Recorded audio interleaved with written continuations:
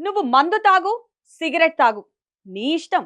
అవి ఆరోగ్యానికి హానికరం, ప్రాణాంతకం అని తెలిసినా తాగుతున్నావంటే నీ కర్మ.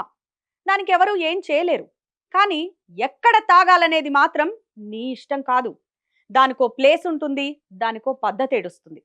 తాగడం నా ఇష్టం అని బస్ స్టాండ్‌లోనో, రైల్వే స్టేషన్‌లోనో, హాస్పిటల్‌లోనో తాగుతారా? కామన్ సెన్స్ ఉండాలి కదా! ఇప్పుడు మీకో వీడియో చూపిస్తా చూడండి. ఆయన బీహార్‌లో జేడీయూ ఎమ్మెల్యే అనంత్ సింగ్. ప్రభుత్వంలోని ఎమ్మెల్యే కదా! ఆస్పత్రి అనే సోయి లేకుండా అక్కడ రోగులుంటారు. వాళ్ళకి ఇబ్బందవుతుందనే కనీస జ్ఞానం కూడా లేకుండా సిగరెట్ తాగుతూ దర్జాగా వెళ్ళిపోయారు.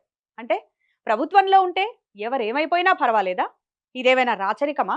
ఆస్పత్రి ఏమైనా నీ రాజ్యమా అని గట్టిగానే గడ్డి పెడుతున్నారు అక్కడి ప్రజలు. కొందరైతే ఈ వీడియోకి జేడీయూ ఎమ్మెల్యే అనంత్ సింగ్ సుపరిపాలనను పొగ రూపంలో గుప్పు గుప్పుమని వదులుతున్నారంటూ సెటైర్లు కూడా వేస్తున్నారు. కొందరైతే ఈ వీడియోకి జేడీయూ ఎమ్మెల్యే అనంత్ సింగ్ సుపరిపాలనను పొగ రూపంలో గుప్పు గుప్పుమని వదులుతున్నారంటూ సెటైర్లు కూడా వేస్తున్నారు.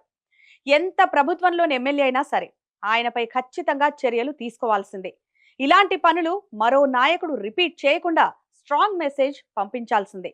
ఇందులో ఇంకో మాటకు ఛాన్సే లేదు.